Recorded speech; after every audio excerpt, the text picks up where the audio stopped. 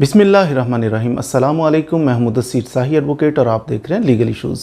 आज जो legal issue हमने डिस्कस करना है वो करंट इशू है कि वकला की अक्सर जगहों पे आपने देखा, रिसेंटली मैंने सियालकोट के अंदर, डस्का के अंदर, फिर लाहौर के अंदर मुख्तलिफ़ जगहों पे वकला के ऊपर FIRs दी जा रही हैं और FIR के अंदर बिलखसूस 780A वो लगाई जा रही है।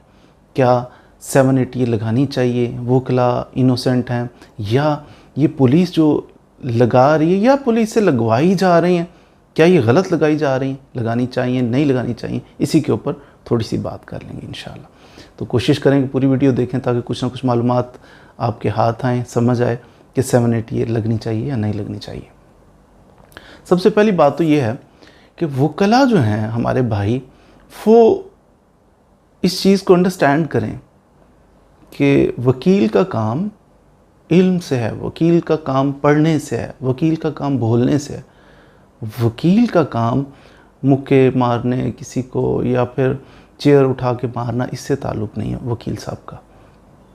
वकील को बाकी लोगों से मुमताज़ करने वाली जो चीज़ है ना, जो लाइसेंस वकील साहब को मिलता है वो है शाइस्तगी का लाइसेंस मिलता है। वकील साहब को जो लाइसेंस मिलता है वो इल्म का लाइसेंस मिलता है। वकील साहब को एडमिनिस्ट्रेशन ऑफ जस्टिस का लाइसेंस मिलता है। लाइसेंस के अंदर कहीं भी मेंशन नहीं है कि मार कुटाई का भी लाइसेंस मिल जाता है। देखिए, अगर कोई हम किसी के पास जाते हैं, हमारा काम जेन्युइन नहीं करते, पुलिस वाले नहीं करते, जनाब रेवेन्यू अथॉरिटीज़ नहीं करती, जो कि अक्सर नहीं करते, परेशान तो होते हैं, मैं इस चीज़ से एग्री करता हूँ कि वो सीधे हाथ काम नहीं करते। रिश्वत दें तो जल्दी से करते हैं, ना दें तो नहीं करते, अक्सर ऐसा होता है। लेकिन वकील साहब हैं, वो गए हैं रेवेन्यू अथॉरिटीज़ के पास चले गए हैं या फिर वो पुलिस ऑफिसर के पास चले गए। अब उधर जाके उन्होंने काम नहीं किया, इसका तो वे आउट निकालना था। पकड़ के उससे मारना शुरू कर देंगे, ये कोई हल नहीं है। अब देखिए, जज साहब के पास हम जाते हैं, जज साहब को बड़ी प्यारी सी दरख्वास्त खूबसूरत सी लिख के हम देते हैं कि इसकी ज़मानत बनती है, लेनी चाहिए। जज साहब नहीं ज़मानत लेते, तो फिर हम जज साहब को मारेंगे।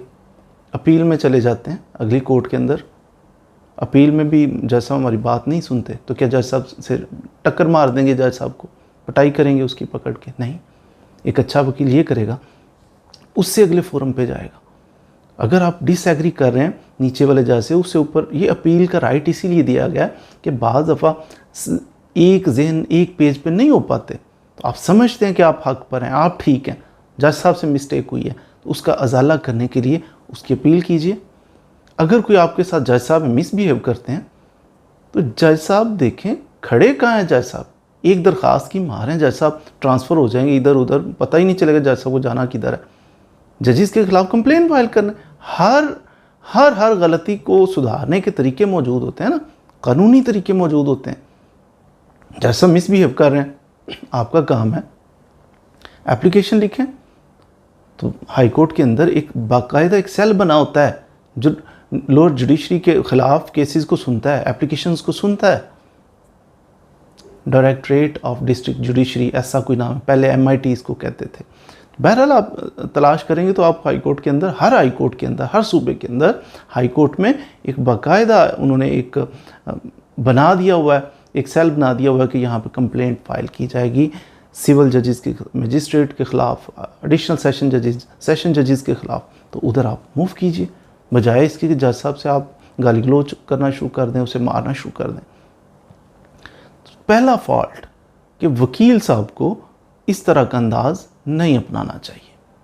अब दूसरी बात कि क्या ये 780A जो लग रही है लगनी चाहिए या नहीं, ये भी गलत है। वकला के ऊपर 780A इस तरह जैसे फ्री मिल रही है तो फटाफट जल्दी से लगाए जा रहे हैं, ये भी गलत है। बाज़ दफ़ा हम देखते हैं DC साहब ने जनाब कह दिया 780A लगा दो, बाद AC साहब ने कह दिया। अब ये AC और ये DC, ये लोग होश के नाखून लें, ये SP साहब होश के नाखून ले कि 780A को मजाक बना दिया हुआ है। चलना अकॉर्डिंग टू लॉ है। मेरी नसीहत अपने यंग वकला को भी यही है कि वो अकॉर्डिंग टू लॉ चलें। अगर कोई काम नहीं करता उसकी कंप्लेन करें। मैं तो उनको भी अर्ज़ कर रहा हूँ, सेम वे, बिल्कुल उसी तरह मैं जजेस से भी, मैं अपने पुलिस ऑफिसर से भी, रेवेन्यू अथॉरिटीज़ से भी यही रिक्वेस्ट कर रहा हूँ कि आप अकॉर्डिंग टू लॉ चलें।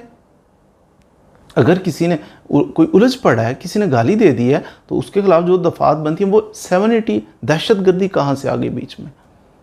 अगर आप पढ़ें तो सुप्रीम कोर्ट का फैसला है, गुलाम हैदर केस है ना, इसको आप पढ़िए 2020 PLD और पेज इसका 61 है।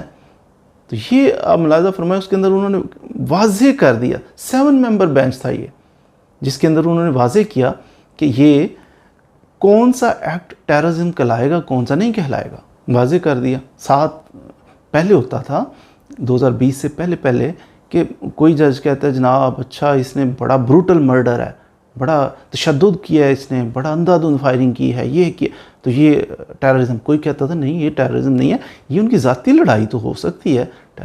तो मुख्तलिफ फैसले आ रहे थे। 2020 के बाद फिर सुप्रीम कोर्ट ने एक बेंच बनाया, 7 मेंबर बेंच, उसने फिर इस इशू को रिजॉल्व कर दिया। रिजॉल्व तो हो चुका है, लेकिन इसे पढ़ने की ज़रूरत है, पढ़ना चाहिए।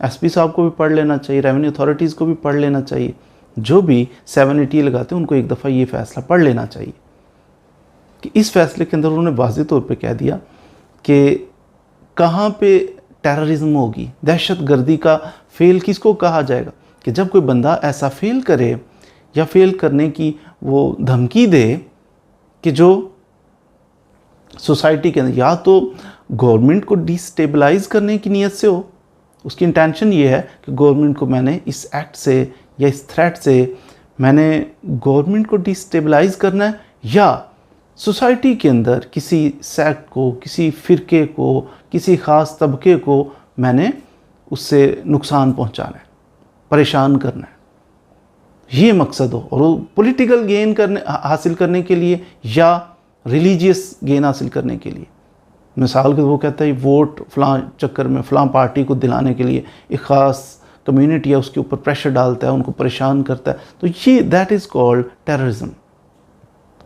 कोई ऐसा कि रिलीजन की बेसिस के ऊपर कोई वायलेंस करता है इस किस्म का ख़ास कम्युनिटी के ऊपर, दैट इज़ कॉल्ड टेररिज्म। अब ये नहीं कि वकील साहब का झगड़ा हो गया, भाई झगड़ा हो गया, कांस्टेबल के साथ वकील साहब का झगड़ा हो गया ना, अब झगड़ा हुआ है ना, इसमें जो दफ़ात लगती हैं, कार्य सरकार में मुदाखलत हो गई है तो हो गई है भाई, लगाओ दफ़ात। आप ये कोई और उसने जो इंजरी उसने काज किया वो लगाओ दफ़ात। वकील कानून से मुबर्रा नहीं है, वकीलों के ख़िलाफ़ भी FIRs हो जाती हैं, अगर वकील साहब रॉन्ग कमिट करेंगे तो होगी, लेकिन लिमिट से एक्सीड ना करें। अब कितनी शर्म की बात है कि कितने वकला पे आज तक 780 लगी है, लेकिन किसी हमेशा डिलीट ही होती है, तो ये शर्म की बात है। इट मीन्स कि ये गलत लगती है, मिसयूज़ किया जाता है इसको थ्रेट काज करने के लिए। और आज 780 लगी है, कल उस वकील साहब की बेल हुई होती है, तो 780 का मजाक बना दिया गोया के, सिर्फ इसलिए कि वकला से बुग़्ज़ के अंदर कि वकील हैं, ये बोलते हैं, कॉमन मैन आता है, जितने हज़ार जितने लाख हम कहते हैं वो तो जनाब चूँ चाँ नहीं करते, और वकील साहब आगे से कानून और ये और वो बातें करते हैं, तो इनकी ज़ुबान बंद कर दी जाए, 780 लगा दो। तो ये कोई अच्छा टूल नहीं है। मेरिट पे वकला को भी मेरिट पे चलना है, पुलिस ऑफिसर्स को भी मेरिट पे चलना है, कानून की हुक्मरानी होनी चाहिए सभी के लिए। तो अगर ये हम करना शुरू हो जाएंगे, ये टेक्निकलिटीज़ खुद ही ख़त्म हो जाएंगी। पुलिस वालों को भी मिल बैठना चाहिए, समझना चाहिए, आप इसमें मीटिंग करें कि ये 780 का अंधाधुंध इस्तेमाल मत करें। ह्यूमिलेशन होती है, परेशानी होती है, फिर सोसाइटी के अंदर पुलिस का वक़ार ख़राब होता है, जिस पे लगती है उसका भी वक़ार ख़राब होता है। 780 दहशतगर्द है जी, तो ये गलत है। इससे मज़ीद टेक्निकलिटीज़ जन्म लेंगी, मज़ीद आप इसमें नफ़रतें बढ़ेंगी। तो दोनों पार्टीज़ को चाहिए, वकला को भी चाहिए, और जो ऑफिसर बड़े शौक़ से 780 लगाते हैं उनको भी चाहिए कि इसे अवॉइड करें, मेरिट पे चलें।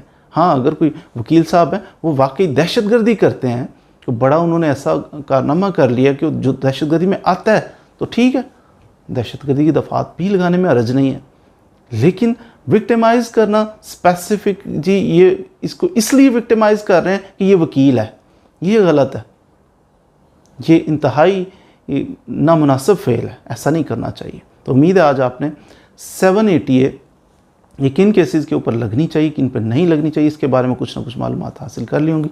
मज़ीद वीडियोज़ के लिए हमारे साथ रहिए। Thank you very much.